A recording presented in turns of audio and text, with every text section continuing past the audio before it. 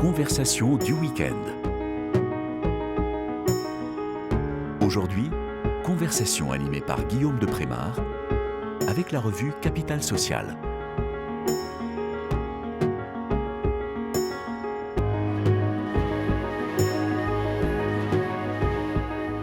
Chers auditeurs de KTO Radio, bonjour. Je suis heureux de vous retrouver pour la 3e édition de l'émission Questions Écho, consacrée aux grands enjeux économiques et sociaux.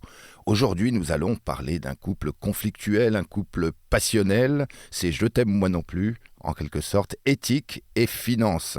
C'est un sujet à la fois brûlant et décisif. Souvenez-vous, la crise de 2008, vous avez tous tremblé, tout le monde a tremblé, spécialiste ou non spécialiste. Nous avons tous eu la crainte d'un écroulement du système financier mondial. Et aujourd'hui encore, la menace ne semble pas écartée. On pourrait connaître un bis repetita, c'est ce que disent certains spécialistes. Ils disent attention, on n'a pas tiré toutes les leçons. Le casino financier mondial est en danger. Et ça pourrait être plus grave encore. Donc cette question est inquiétante et elle a un lien important, cette question de la stabilité des marchés financiers, de l'économie mondiale, avec la question, bien sûr, de l'éthique. Et pour aborder cette question, j'ai le plaisir de recevoir aujourd'hui un spécialiste, le chercheur Christian Walter, spécialiste du lien entre éthique et finance. Bonjour Christian Walter. Bonjour. Alors, vous êtes chercheur, je l'ai dit, chercheur associé à l'étude des hautes études en sciences sociales, l'EHESS, la fameuse EHESS. Vous êtes membre de l'Institut d'éthique appliquée de l'Université Laval à Québec. Donc vous traversez l'Atlantique de temps à autre et vous avez dirigé la chaire éthique et finance de l'Institut catholique de Paris. Vous avez été aussi longtemps titulaire de la chaire éthique et finance de la Fondation Maison des sciences de l'homme, la FMSH. Alors vous avez fait de nombreux travaux sur les risques financiers, l'approche du hasard en finance, les modélisations mathématiques, et nous allons en parler, le risque et les enjeux éthiques et politiques associés à toutes ces notions. Alors je précise que vous n'êtes pas simplement un chercheur. Il y en a qui disent c'est difficile d'être chercheur, tout a déjà été trouvé, c'était dans une chanson, mais vous êtes aussi un opérationnel, puisque vous êtes actuaire de formation et vous avez eu une carrière déjà opérationnelle de 20 ans dans la gestion des portefeuilles et contrôle des risques dans des établissements financiers, donc sur le terrain, là, au cœur de la machine, et vous êtes toujours consultant en modèle mathématique de risque pour la finance. Donc vous êtes côté université et côté machinerie financière, les institutions financières pour les conseiller, et c'est plutôt une bonne chose qu'ils fassent appel à des conseillers comme vous. Alors je disais actuaire. Qu'est-ce donc qu'un actuaire ? C'est quoi, c'est une espèce une grosse tête, un fort en maths, un calculateur de risque en quelque sorte ? Oui, l'actuariat, c'est simplement la manière d'appréhender les futurs contingents. Autrement dit, on ne sait pas très bien ce qui va se passer et on essaie de poser des chiffres sur l'inconnu futur et avec des probabilités. Et ensuite, on transforme le futur contingent en argent présent. Donc c'est la manière de traiter en quelque sorte à la fois le hasard, le temps et l'argent.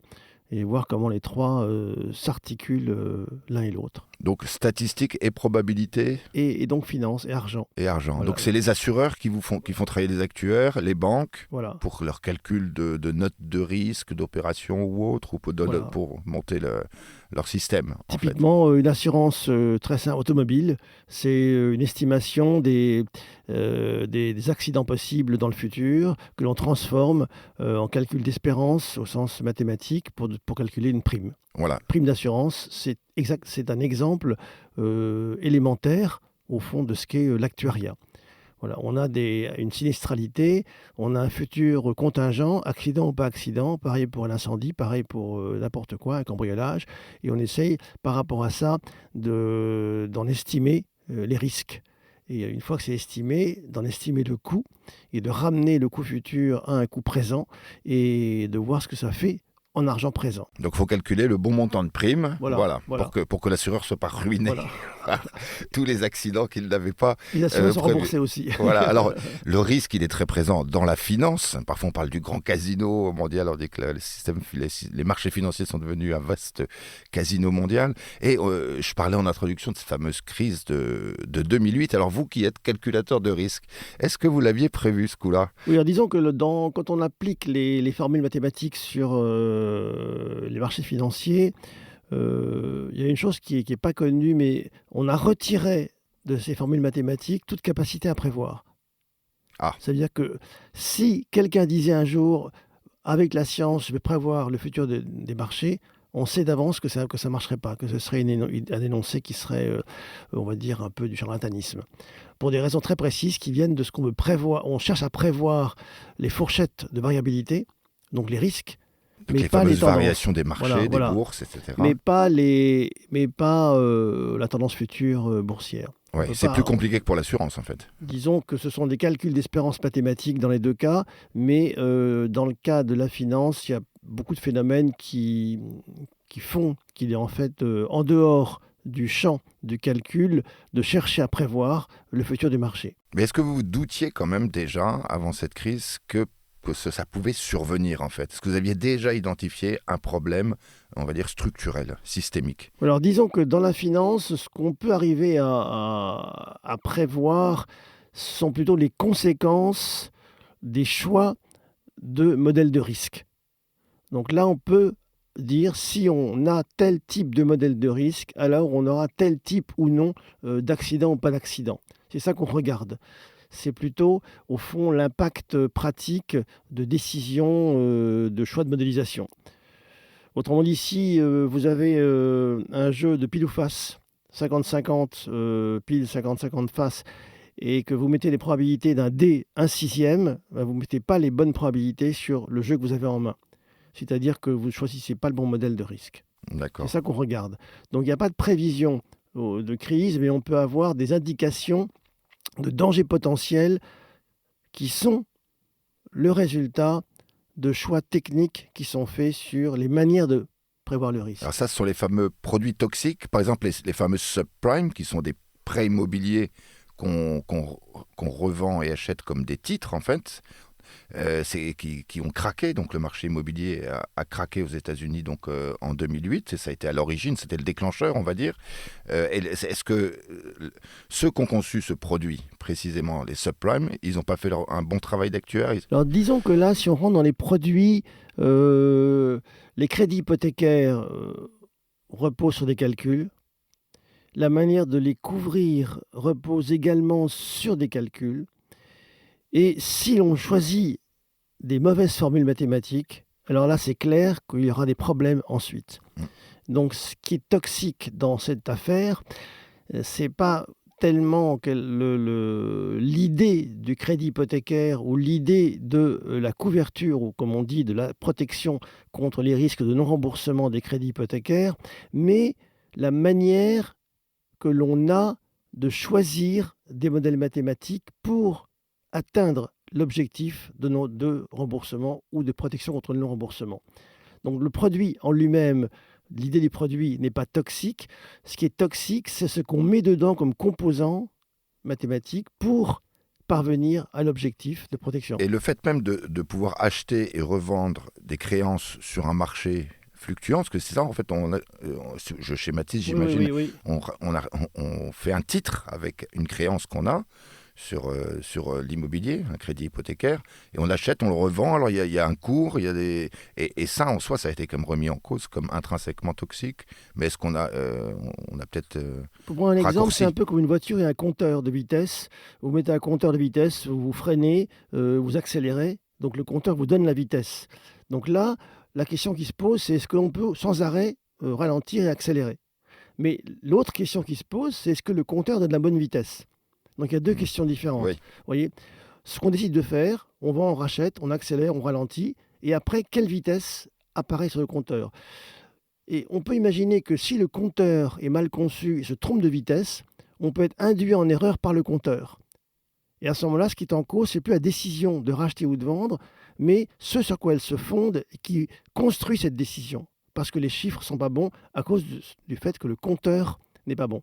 Et là, on touche du doigt un des problèmes des crédits hypothécaires et surtout de l'assurance des crédits hypothécaires, ce qu'on appelle les CDS. Alors, il y a eu la faillite de la banque Lehman Brothers, qui était une importante banque d'affaires américaine, une des principales, qui a coulé. Et ça a entraîné une réaction en chaîne de faillites de sociétés financières et d'entreprises, etc. Et il y a eu cette fameuse crise. Et il a fallu on a sauvé l'économie mondiale, disent les dirigeants de l'époque. Sarkozy dit même « j'ai sauvé l'économie mondiale ». J'ai entendu récemment, il a dit « moi, j'ai sauvé l'économie mondiale ». Et on a mis beaucoup d'argent pas pour renflouer Lehman Brothers parce qu'elle a coulé, mais pour soutenir d'autres institutions financières. Et après, on a dit « vous allez voir, maintenant, on va réglementer ». Il n'y avait pas assez de réglementation et tout ça sera de l'histoire ancienne et ça n'arrivera plus. Comment vous appréciez cette politique qui a été menée à l'époque et est-ce qu'on est vraiment protégé comme il est prétendu ? Disons que le but d'un système réglementaire ou d'une réglementation ou d'une régulation, c'est de protéger l'économie des accidents financiers. On parle de réglementation prudentielle. Ça, c'est l'objectif. Ensuite, la question, c'est qu'est-ce qu'on met dans la réglementation pour qu'elle soit effectivement prudentielle. Donc là, la question se déplace et on se demande, est-ce que par hasard, par rapport aux risques que l'on a observés dans les phases d'accidents précédents, est-ce que la réglementation est bien conçue pour protéger l'économie et la société de ces risques ? Manifestement, elle était mal conçue, là. Alors, la question qui se pose, c'est que contient la réglementation ? Par exemple, dans la réglementation bancaire qu'on appelle BAL 2 ou BAL 3, oui. Donc, quand on regarde de près la manière dont on demande de faire des calculs de besoins en fonds propres des banques, on trouve qu'il y a un modèle particulier utilisé qui porte un nom, qui est le modèle de Vasicek, peu importe d'ailleurs le nom, mais ce modèle est lui-même questionnable. C'est-à-dire que la question se pose dans la réglementation de l'usage des modèles mathématiques et peut-être des mêmes modèles que ceux qui ont été à l'origine des accidents.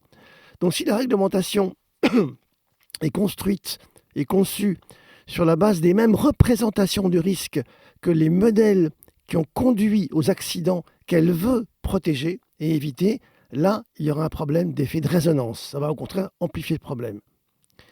Et on trouve beaucoup d'exemples de la manière dont les réglementations prudentielles contiennent des éléments sur le risque ou le hasard qui étaient ceux-là même qui ont été à l'origine des accidents qu'elles cherchent à éviter.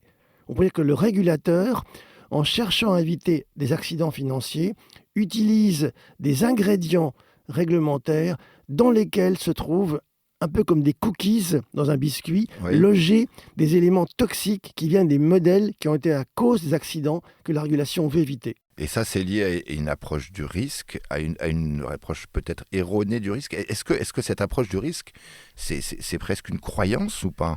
Voilà, disons qu'au-delà des mathématiques, disons que, on va dire, les gens en général, donc les régulateurs, les professionnels, les chercheurs, les uns les autres, tout le monde, ont à l'esprit une sorte d'imaginaire du risque ou d'imaginaire du hasard. On s'imagine que le risque ou le danger est là. Donc il y a un imaginaire du risque qu'on pourrait appeler une narration du hasard, un récit au sens littéraire du hasard. Et là, c'est clair que ce récit du hasard construit une croyance partagée. Donc si on a une croyance partagée sur un récit, un roman du hasard, eh bien, les banques vont agir d'une manière particulière par rapport à ce roman du hasard. On appelle ça la culture du risque. Et les individus vont agir aussi par rapport à ce roman du hasard et vont acheter des crédits hypothécaires déclassés. Oui, parce que Donc, la croyance compte dans la finance, puisque d'ailleurs la créance, c'est la croyance dans la capacité de remboursement du débiteur. Voilà. Et donc la question, c'est quelle est la croyance ? Et quand on s'intéresse à la maîtrise des risques, la croyance sur le risque est fondamentale. Il y a une croyance sur le risque qui s'exprime ensuite mathématiquement dans des hypothèses, des modèles de contrôle des risques. C'est-à-dire du mode de croyance qu'on peut avoir, ou d'approche, ou de représentation d'imaginaire du risque, dépend le modèle mathématique, alors scientifique, là, qui va être toujours juste à la virgule près, à la décimale près, mais il y a un lien direct. Voilà, le modèle repose sur une croyance dans la forme du hasard, dans la morphologie de l'incertitude. Si on pense qu'elle est d'une forme particulière, on aura un modèle particulier. Autrement, l'hypothèse mathématique résulte de ce que l'on croit être la forme du hasard. Évidemment, après, on la teste statistiquement. Et on regarde si on s'est ou non trompé. Parce que si on a une croyance dans une forme de risque et qu'on voit apparaître une autre forme, c'est que quelque chose n'était pas validé dans la croyance et on doit la changer. Ça n'a pas été le cas. Entre 1970 et à peu près 2000, on avait une croyance sur le risque qui était invalidée statistiquement par tous les tests entrepris sur les marchés pendant 40 ans, qui a été maintenue pour des raisons ensuite à déterminer. Et c'est une des causes importantes des accidents financiers depuis le krach de 1987. Oui, il y avait déjà eu 1987. 1987, c'est un exemple typique de ce que on a une croyance sur le risque. On fait un modèle mathématique de protection, on dit d'assurance de portefeuille, le modèle de Cox-Ross. Et ce modèle mis en place juste avant le krach produit le krach. C'est très documenté. Donc là, on voit qu'une mauvaise croyance sur la nature réelle du danger peut accentuer le danger là où on croit protéger les épargnants de la baisse des marchés en assurant leur portefeuille. Et là, ça arrive très souvent avec la crise russe, la bulle télécom et tout ce qu'il y a eu ensuite jusqu'en 2008. Alors, est-ce que, j'imagine que dans nos auditeurs, il y en a peut-être, même sûrement, qui ont quelques économies, 10 ou 20 000 euros ici ou 30 000 euros là. Est-ce qu'ils peuvent avoir peur pour leurs économies aujourd'hui avec le système tel qu'il fonctionne? Est-ce que ça peut se reproduire? C'est-à-dire que nos économies fondent, que tout ça, un nouveau krach, quoi. Ça, c'est la question de l'investissement. Où est-ce qu'on investit? Comment on alloue en fait, son épargne et la question des portefeuilles. Voilà. Là, il faut que chacun regarde, aussi bien professionnel que particulier, de quoi est fait le portefeuille dans lequel on investit. Ça peut être coté, ça peut être non coté, action, obligation. Après, c'est d'autres critères que la modélisation. Il faut voir de quoi est fait le portefeuille. Oui, c'est-à-dire que sinon on joue à la bourse quand on joue au casino et sinon on pourrait imaginer qu'on tire au hasard. Voilà. Oui, on tire au hasard. Donc ça, c'est le hasard. Alors l'image du casino, on pourrait, disons que c'est une image à double tranchant, mais disons qu'on pourrait imaginer ce qui a été imaginé dans les 60, qu'on pourrait faire un portefeuille au hasard et qu'au hasard on choisirait les titres et qu'au hasard on évoluerait selon le marché. Mais ça, c'est notre oui, débat. Au hasard on pourrait avoir bonne ou mauvaise fortune. Voilà, c'est ça. Hein, voilà. Exactement. Et alors, on va faire une première pause musicale, et en parlant de bonne ou de mauvaise fortune et de casino, nous allons écouter Patrick Fiori. Il a une voix magnifique, hein, Patrick Fiori, dans une chanson dont le titre est « Et peut-être que peut-être ». Et je vous cite un passage. « Et peut-être que peut-être, ou peut-être pas, Madame Fortune enfin me prendra dans ses bras. » Et Patrick Fiori nous raconte la détresse, mais surtout les espérances folles d'un joueur impénitent au casino qui espère un jour enfin embrasser cette charmante Dame Fortune. Nous écoutons Patrick Fiori.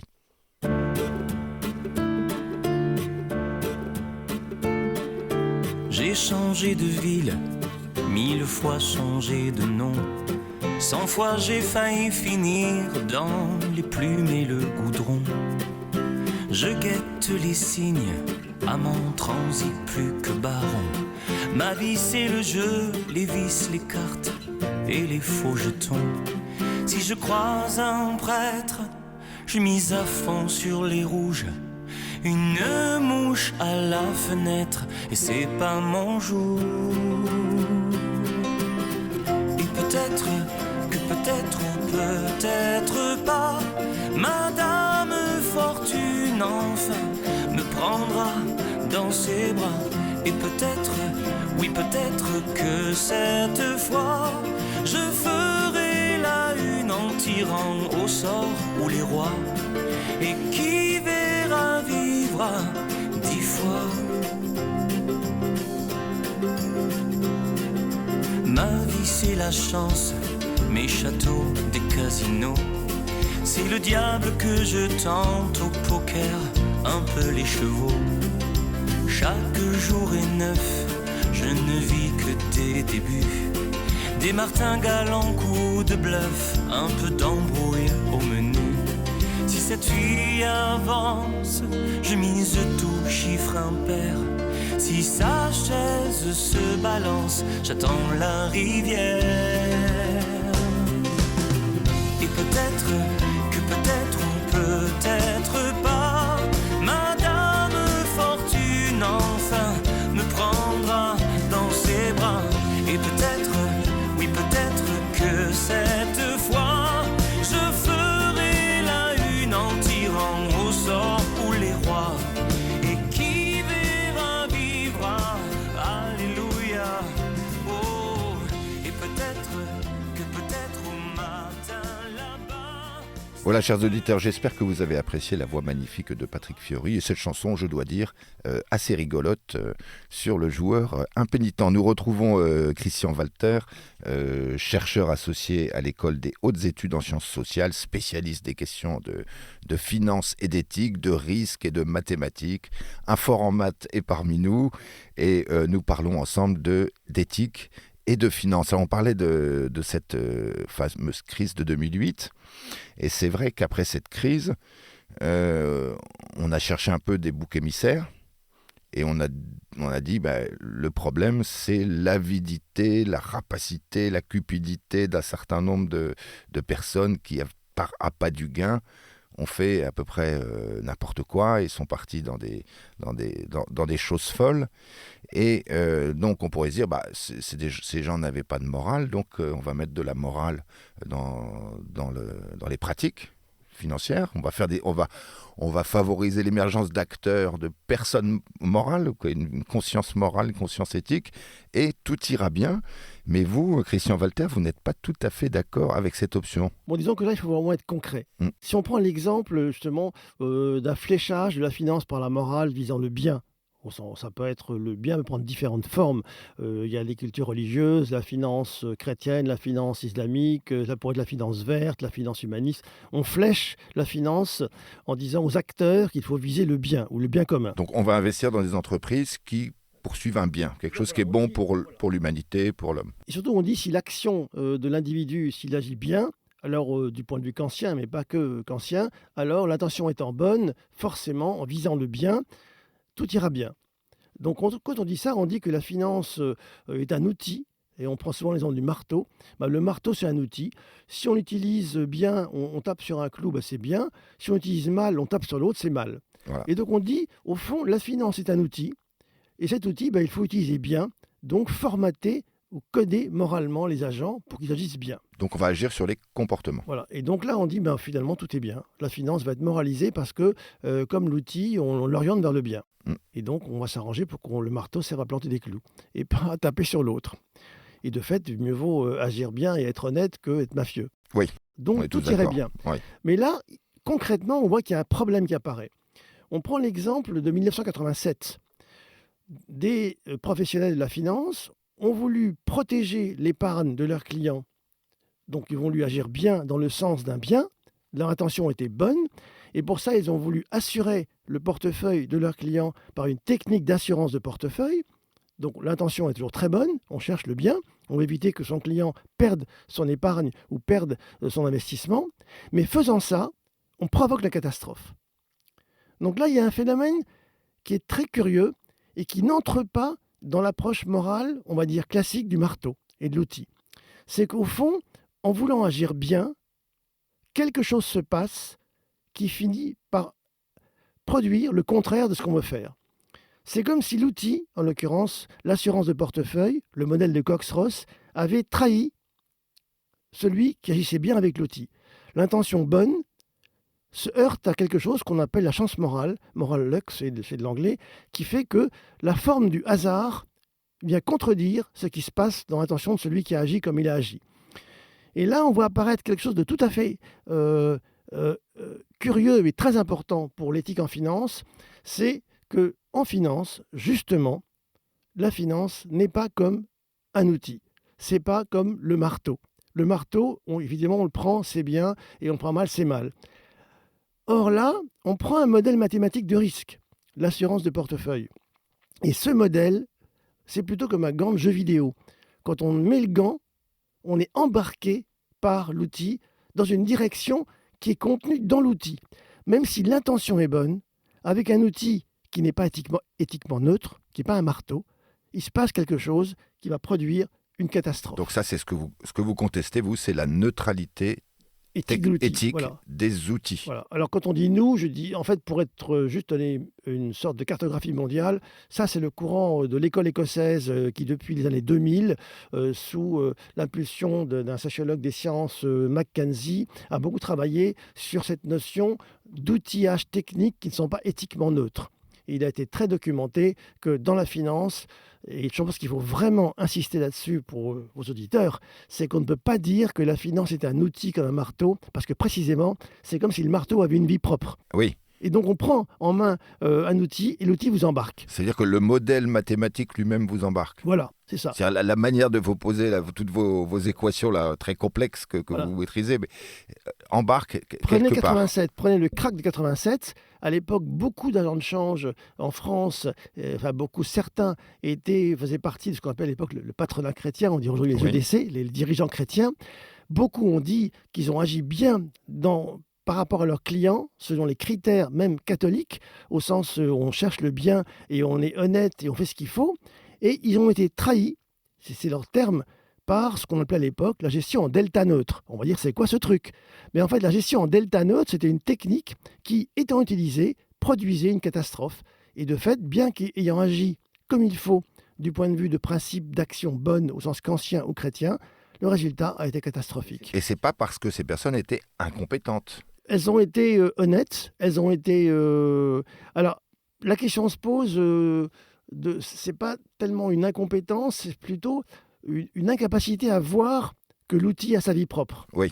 Que l'outil embarque. Et ils se laissent embarquer par des Par modèles l'outil, voilà. mathématiques Voilà. qu'ils croient neutres, etc. Voilà, je pense que Ouais. là, c'est vraiment important, je répète encore, de quitter l'idée que dans la morale en finance, la finance sera un outil comme le marteau. Ça, c'est très important. Donc là, on a deux typologies là, de problèmes. Là, celui que vous décrivez, l'intention est bonne. On se trompe sur l'outil, puisque l'outil a sa vie propre. Et il y a en quelque sorte, il y a une détermination par le modèle mathématique lui-même. Voilà. Et il y a le deuxième cas. Alors là, on parlait de la cupidité, de l'avarice. C'est Madoff, le financier américain Madoff, qui lui montre une immense pyramide de Ponzi et crée un système frauduleux. Alors là, pour Madoff, on va identifier tout de suite où est le problème. Et là, c'est l'avarice et la cupidité. Et pour le cas des modèles, c'est beaucoup plus subtil, en fait. C'est beaucoup plus difficile à identifier. Parce que Madoff, après tout, il suffit de l'arrêter, de le mettre en prison. C'est ce qui s'est passé. Disons que s'il n'y a pas de modèle mathématique impliqué, la question revient sur une question morale simple. Est-ce que l'intention était honnête ou non? Mais s'il y a un modèle mathématique qui apparaît dans le paysage, là se pose la question de l'extension de la morale classique à la prise en compte des modèles mathématiques. En 2008, je prends pour parler de la crise, il faut être concret, c'est qu'il y avait un outil extrêmement puissant qu'on appelait la copule de David Lee. C'est une fonction de couplage. L'outil avait pour fonction mathématique d'assurer qu'il n'y aurait pas simultanément des pertes sur les non-remboursements de crédit hypothécaire dans des villes très éloignées. Donc on a un outil là, mais si on met cet outil, si on prend l'outillage technique et la copule de Lee, qui en fait ne marche pas pour des raisons précises fondamentales, on est embarqué dans l'idée qu'il n'y a pas de danger et on va avoir le système des placements, des crédits hypothécaires déclassés que tout le monde a connu. Donc là, il apparaît à ce moment-là deux cas de figure. Soit on a des acteurs qui sont honnêtes, qui cherchent le bien et qui sont trahis par l'outil parce qu'ils n'ont pas vu que l'outil les embarquait. Et donc il y a une vigilance éthique à avoir sur l'outil. Soit des acteurs se diront, cet outil-là, il est vérolé, mais ça m'arrange. Parce qu'avec, je peux gagner beaucoup d'argent. Donc là, il y a une autre dimension qui réapparaît, c'est l'avidité qui est intermédiée par l'outil. Alors, est-ce que ce discours est bien accueilli par les professionnels de la finance? Vous-même, vous faites du conseil sur des modèles mathématiques de risque pour des professionnels de la finance. Est-ce qu'ils se disent, Christian Walter, on l'aime bien, il est très compétent, il connaît beaucoup de choses, mais il nous embête parce qu'il met le doigt sur des problèmes qu'on préférait ne pas voir? Ou comment ça se passe? Est-ce qu'ils préféraient qu'on les laisse tranquilles avec leurs croyances? Disons que l'hypothèse de ce que l'outil n'est pas éthiquement neutre, je suis très très loin d'être le seul à la dire. Oui. Il y a beaucoup de livres publiés depuis 2008. Je connais personnellement les chercheurs qui travaillent dessus. On a fait un congrès scientifique à Rome il y a 2 ans sur cette notion d'outils mathématiques non éthiquement neutres. Donc c'est vraiment aujourd'hui très très établi en finance. Alors que vous étiez assez minoritaire, disons, jadis. En fait, on s'est tous demandé qu'est-ce qui s'est passé avec les accidents financiers. Alors, il y a eu des hypothèses les plus folles. On a parlé d'accidents, vous parlez de fortune, Fortuna qui tombe du ciel. C'est Oui. la théorie de Taleb, le signe noir. Alors, du coup, le signe noir est là, on ne peut rien faire. Bon, et en Un fait, peu comme une fatalité. voilà, quoi. la fatalité. Voilà. Une punition Voilà, divine c'est ou ça, un la sort. fatalité. Donc, on ne peut rien faire. C'était Ouais. Greenspan. Greenspan disant au Financial Times, on ne peut rien faire. Voilà. Greenspan, c'était un Américain qui était président de De la la Fed, Federal voilà. Reserve Bank, qui est la banque centrale l'américaine, c'est bien ça. Voilà. Ouais. Et donc, il m'a dit, on ne peut rien faire. Donc, par rapport à ça, il a quand même été très documenté cette idée qu'au fond, on peut faire confiance dans un outil on peut être abusé par un outil trompeur. Ce qui veut dire que là, progressivement a émergé l'idée, donc un peu partout en Europe, aux États-Unis, dans les congrès scientifiques mondiaux, qu'il fallait précisément considérer les outils comme étant partie prenante du problème de l'éthique. Autrement dit, inclure dans l'éthique l'outillage technique. C'est-à-dire qu'on dit dans le jargon que l'outil est performatif. L'outil met en forme, performer, mettre en forme le vrai monde. L'outillage technique ne décrit pas le risque financier, mais il le produit. Je prends encore un exemple, le thermomètre. Si vous voulez savoir si l'eau est chaude ou froide ou bouillante, vous mettez un thermomètre et vous voyez la température. On dit c'est normal, tout va bien, c'est un outil. Sauf que pour les questions financières et l'outillage technique, imaginez que le thermomètre chauffe l'eau. Quand vous mettez le thermomètre dans l'eau qui était à 20 degrés passe à 40 ou à 50. C'est ce qui s'est passé. On a un outil qui a fait monter la température du marché en donnant l'illusion à ceux qui l'utilisaient qu'il n'y avait pas de danger. Quelqu'un qui est à l'Académie des sciences, qui s'appelle Jean-Philippe Bouchot, a fait à l'époque un article dans Le Monde en disant le prix Nobel de l'économie sans risque. On faisait croire en fait aux gens qu'il n'y avait pas de risque parce que l'outil leur montrait un monde, un imaginaire dans lequel le risque disparaissait comme par magie. Donc il y a deux questions très différentes. Il y a avidité ou cupidité ou non, honnêteté, et le rôle de l'outil. Et ce qu'on a fait depuis 10 ans à la chaire éthique et finance et dans des institutions mondiales, dans des colloques, dans des congrès, c'est qu'on a creusé la question du rôle de l'outil dans les accidents financiers. Et les professionnels écoutent ? Alors, il y a deux types de professionnels. Il y a ceux qui s'intéressent à l'éthique, ceux qui ne s'y intéressent pas. Oui. Ceux qui ne s'y intéressent pas, malgré tout, sont conscients du rôle de l'outil. Donc, par exemple, quand on a choisi une gamme produit pour une gestion de portefeuille, est-ce qu'on gère en top-down, en bottom-up, par action, par grande classe d'actifs? Là, l'outil va avoir une importance. On ne choisira pas les mêmes types de portefeuilles selon qu'on a un outil ou un autre. Donc ça, on va dire, c'est common knowledge. Tout le monde sait que le choix du modèle a un impact sur le résultat du contrôle des risques. Pour ce qui concerne l'éthique, je dirais que c'est moins simple parce que là, il y a une grande part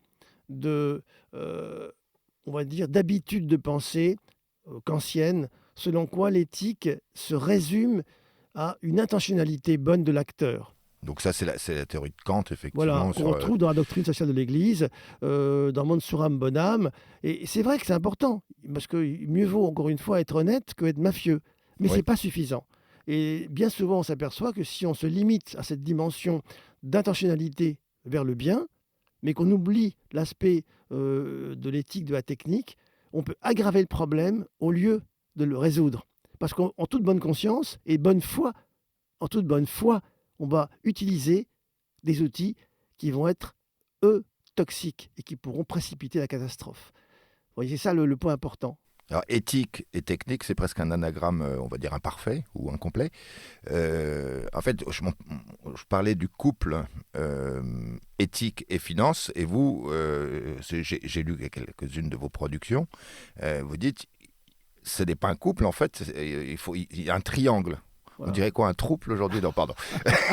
Oui. Donc, il y a finance, éthique et science. C'est un modèle, c'est ça. Voilà, c'est-à-dire qu'en fait, dans l'approche éthique en la finance, bien souvent, on imagine un binôme, on va dire, pratique financière et éthique, et on va chercher à appliquer à la finance l'éthique des affaires. Et c'est encore une fois, c'est important. Il ne s'agit pas de dire que ce n'est pas important, mais on oublie la dimension scientifique de la finance, en l'occurrence le cœur mathématique des modèles, quand il y a des modèles, il n'y en a pas toujours. Et là, à partir du moment où on a un triangle, on voit qu'il faut viser non pas le binôme finance et éthique, ou le binôme science et éthique, ou le binôme science et finance, mais le barycentre. C'est-à-dire appréhender directement ce qui se joue dans l'articulation entre finance, science et éthique. C'est pour ça que l'instrument, en fait, pour comprendre la manière dont les modèles ont un effet, c'est l'épistémologie, le démontage des modèles. L'épistémologie étant la science, la philosophie des sciences. Voilà, c'est-à-dire en fait comment on sait ce qu'on sait et pourquoi on dit ce qu'on dit. Voilà, oui. Et donc c'est une façon de comprendre pourquoi si dans un modèle de portefeuille ou de contrôle des risques, il y a un ingrédient particulier, on aura telle conséquence catastrophique. En l'occurrence, dans les cracks de 87 ou 2008, il y avait un ingrédient précis qui était lié à l'imaginaire sur le hasard et qui était une mauvaise forme de hasard. Le hasard, c'est comme l'eau, la même molécule d'eau, H2O, vous pouvez l'avoir sous forme liquide, c'est un verre d'eau, sous forme de glace ou sous forme de vapeur. Oui. Et dans les 3 cas, c'est la même molécule. C'est toujours de l'eau, mais la vapeur, c'est pas de la glace. Et là, c'est pareil pour le hasard. Le hasard, c'est le même hasard, mais il y a différentes formes. Il peut être régulier ou il peut être très irrégulier.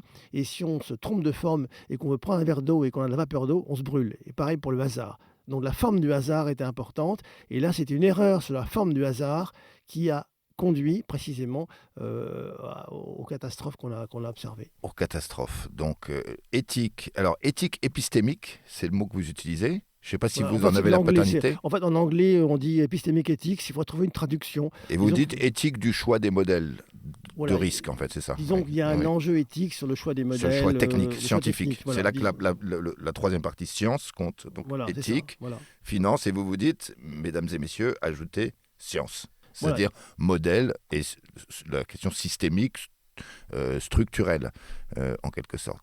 Alors, donc, si on ne fait pas ça, on n'arrivera pas à mettre d'éthique dans la finance, en fait. Si on ne tient pas compte de ces aspects mathématiques et scientifiques, la question des modèles et de représentation du risque. Si je résume, on est à peu près...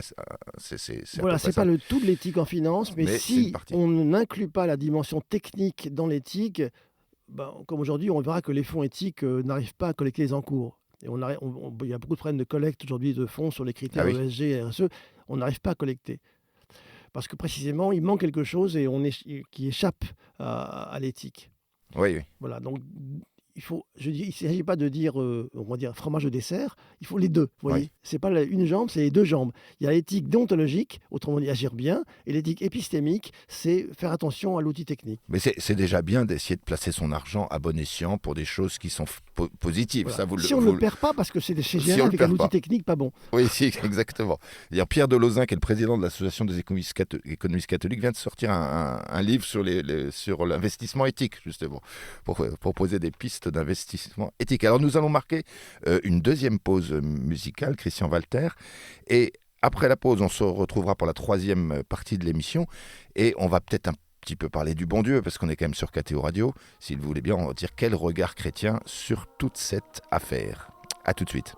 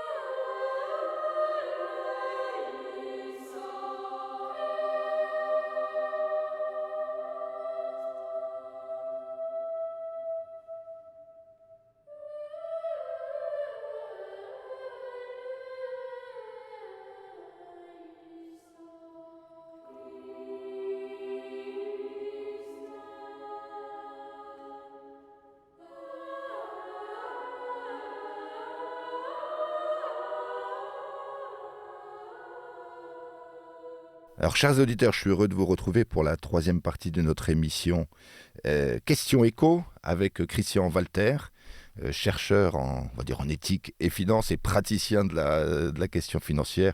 On a beaucoup parlé depuis le début de cette émission de la problématique des modèles mathématiques, de la morale en finance, des crashs boursiers, des risques, etc.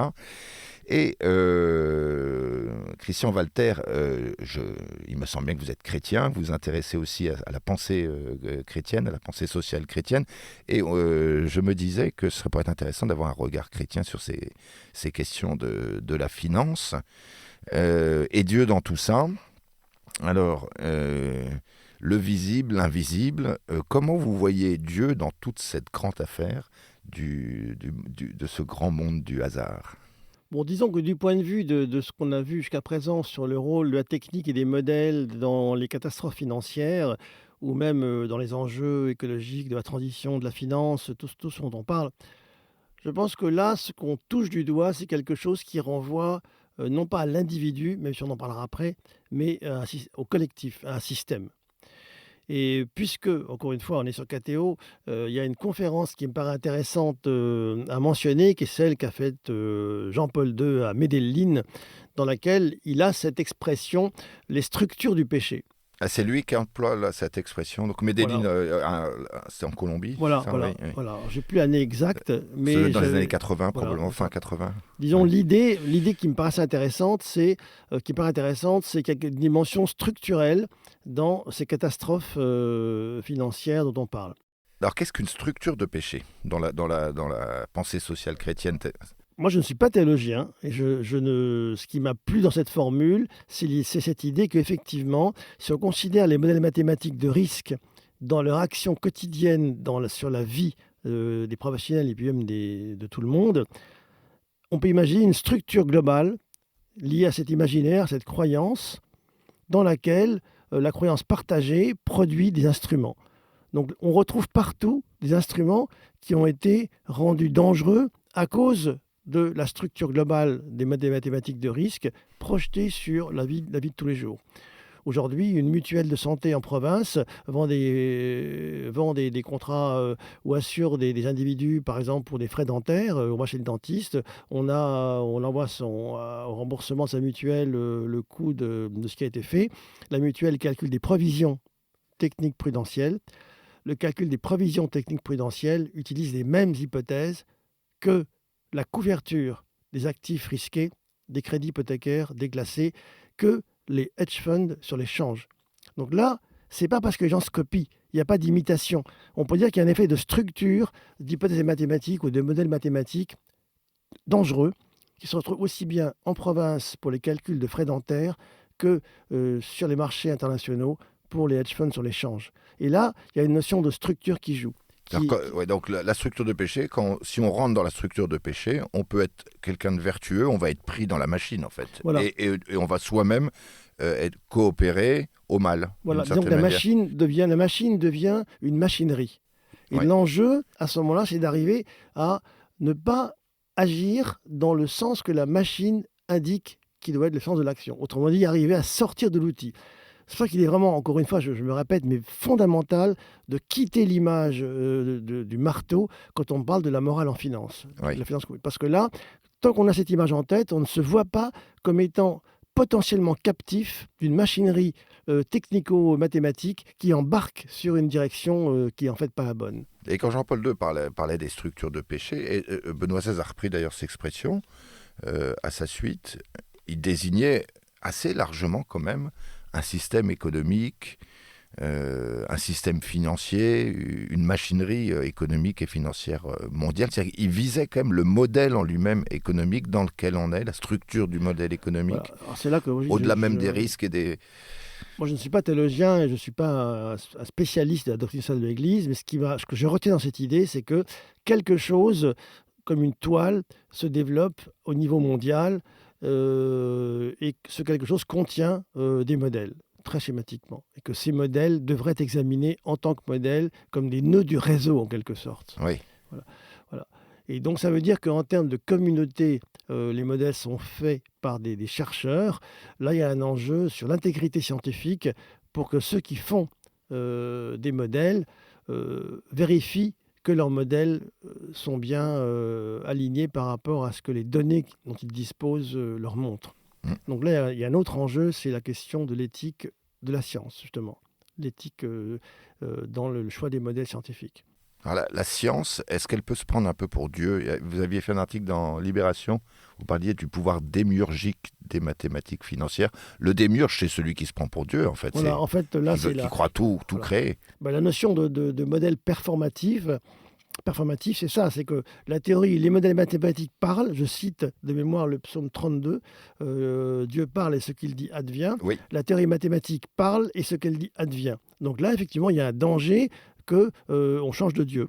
Autrement dit, si, mettons, un dirigeant chrétien s'embarque dans des modèles performatifs, est-ce qu'il n'est pas en train de changer de Dieu? Et là, c'est une vraie question qui se pose. Il se fait créateur, il se fait Dieu. Le modèle mathématique devient un démiurge. Et au sens où le modèle mathématique va créer un monde, qui est le monde qui nous entoure. D'où le fait que, comme vous le disiez, à un niveau très, très général, on retrouve les mêmes problèmes partout. Donc là, il y a un enjeu du point de vue de celui qui utilise le modèle, un enjeu chrétien, c'est donc, la question, c'est quel est ton Dieu? Oui. C'est ça la question en fait. Est-ce que on va et bien souvent, moi, ce qui me frappe encore une fois chez les dirigeants chrétiens, c'est qu'ils ne se posent pas la question du Dieu, parce qu'ils se disent comme ils sont chrétiens, ils pensent qu'ils sont avec le Dieu qui est bon, en utilisant un outillage technique qui lui renvoie au Dieu qui est destructeur, donc il y a l'idole. Et là finalement, je pense qu'il faut poser la question en termes de choix entre Dieu et l'idole étant logée dans l'arrière-plan conceptuel de l'imaginaire du hasard. Au fond, qui crée quoi finalement? Autrement dit, ce que je suis en train de dire, c'est que du point de vue chrétien, il y a un enjeu chrétien sur les choix des modèles mathématiques de risque qui façonnent le futur du monde. C'est ça qui me paraît important en fait. La vertu personnelle ne sera jamais suffisante face à la puissance aujourd'hui de la technique, à tout point de vue en fait. Disons que la vertu, d'une part, n'a pas empêché les accidents financiers, d'autre part, les a accentués en mettant en place des modèles toxiques avec des bonnes intentions, mais pourrait s'étendre, on va dire la vertu au sens classique, peut s'étendre aux vertus qu'on appelle épistémiques, c'est-à-dire les vertus dans l'ordre de la pensée, les vertus intellectuelles. Avoir un courage intellectuel, avoir une prudence intellectuelle. Courage, ça veut dire, si l'on pense que ce modèle est dangereux, il faut dire non, on ne prend pas. Par exemple, à Londres, lorsqu'on a vendu les CDS avant la crise... Les CDS les contrats d'assurance pour les crédits hypothécaires non remboursés, oui. Le modèle est dangereux, il a fallu dire non, on ne prend pas ce modèle. Mais les gens disent oui. Voilà. Là, il y a un enjeu de vertu épistémique. Autrement dit, courage intellectuel, prudence intellectuelle. Lorsque les données statistiques montraient que ce n'est pas du tout ce que les modèles disaient qui se passait, il faut dire on change de modèle. Et dire, mais sauf que le modèle a été conservé. Oui. Là, il y a un enjeu sur la vie intellectuelle. L'épistémologie, en fait, c'est la morale de la vie intellectuelle. C'est ça qui est important. Autrement dit, on va voir si ce qu'on fait est orienté comme il faut par rapport à ce qu'on veut. Et donc, on ne prend pas n'importe quelle hypothèse si on sait qu'elle est dangereuse. Là, il y a un enjeu, je pense, qui devrait être abordé du point de vue de l'éthique, mettons chrétienne ou autre en finance. Et vous, personnellement, vous pouvez être confronté à ce type de situation. Il faut du courage pour dire une chose ou parler dans le cadre, par exemple, de votre activité opérationnelle auprès des acteurs financiers. Mais moi, justement, dans mes travaux scientifiques, j'ai toujours attiré attention sur cet enjeu lié au choix des modèles. Et après, j'ai été confronté personnellement à la puissance des paradigmes dans l'intérêt financier. Dans les années 80-90, c'était impossible de contester les modèles dominants toxiques. Oui. Impossible. Et j'ai assisté à des controverses ultra-violentes entre les mathématiciens de la finance et les physiciens de la finance. Les physiciens étaient plus proches de la réalité et les mathématiciens construisaient des mondes fictifs dangereux. Aujourd'hui, ça a changé. Je parle des années 80-90. Voilà. Donc, je pense qu'il y a un enjeu de courage intellectuel et de prudence et d'humilité. Je pense que c'est capital. On fait un modèle d'assurance de portefeuille ou de contrôle des risques. Si on voit que les données ne valident pas le modèle, il y a une forme d'humilité qui est fondamentale pour dire, dans ces cas-là, on change de modèle. Alors, l'humilité, le vrai scientifique, en fait, il est modeste. Voilà, c'est ça. Un vrai scientifique, il parle avec prudence, il dit « mon hypothèse que je juge la plus probable, c'est que, etc. » Voilà. Mais aujourd'hui, on a parfois l'impression, je sors un peu du sujet, mais on n'est pas si loin, que les scientifiques assènent. On a eu un peu ça pendant la crise sanitaire, on a ça avec les questions écologiques, on a l'impression que d'un coup, le scientifique assène, et quiconque dit le contraire est un anti-scientifique, en fait. Disons que c'est très difficile de généraliser, mais c'est vrai que bien souvent, des chercheurs dans les années 80 en mathématiques de la finance n'ont pas voulu accepté l'idée que les modélisations étaient toxiques. Et ils ont maintenu, voire en tronquant les co-distributions, les données. Ça, c'est vrai qu'on a observé ce phénomène. J'ai fait un article là-dessus avec un de mes collègues qui est aux Pays-Bas, qui tuta d'une chaire éthique et finance, la même que celle que j'avais, mais en... Voilà. Ok. Alors, merci Christian Walter. Il nous reste 2 minutes d'émission. Peut-être parler d'une chose souriante. Vous écrivez des chroniques cinéma pour la revue Esprit, c'est bien ça? Alors parlez-nous de cette actualité-là. Disons qu'on a commencé un travail sur l'image de l'argent au cinéma il y a quelques années avec le théâtre de la Reine Blanche, dont la directrice est Elisabeth Bouchot, qui est une scientifique. La Reine Blanche, c'est la scène des arts et des sciences. On a fait des projections débats sur l'image de l'argent au cinéma, avec des films et commentés, des articles, entre autres Margin Call, The Big Short et autres. Et j'ai prolongé ce travail sur l'argent au départ à des choses plus générales, sur l'anthropologie et de manière plus générale. Avec un regard d'anthropologie chrétienne, en fait. Avec un regard anthropologique si tout court. Mais ce qui m'intéresse, c'est la résonance culturelle. Pourquoi est-ce que des films ont des succès par rapport à ou non?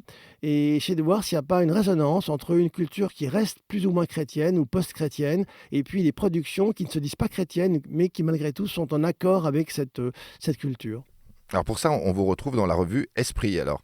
Voilà, et peut-être que les chroniques sont en ligne aussi sur Internet. Alors moi, j'ai le grand plaisir de publier dans cette très bonne revue qui est la revue Esprit. Alors je crois que la revue Esprit met en ligne le début et demande quelque chose, mais je crois que si on donne son mail, on peut avoir accès à l'article. On peut avoir accès. Alors pour les cinéphiles, vous pouvez découvrir les chroniques de Christian Walter sur le cinéma dans la revue Esprit. Alors, chers auditeurs de KTO Radio, merci de nous avoir suivis. Merci beaucoup Christian Walter de nous avoir consacré quasiment 1 heure de votre temps précieux. Merci à vous. Et nous nous retrouverons au mois de décembre, puisque là on est en novembre, c'est bien ça, je ne me trompe pas, pour une 4e édition de Questions Écho. Et je vous souhaite un bon mois de novembre et à très bientôt, chers auditeurs. Merci Christian Walter, merci, au revoir. J'étais très content.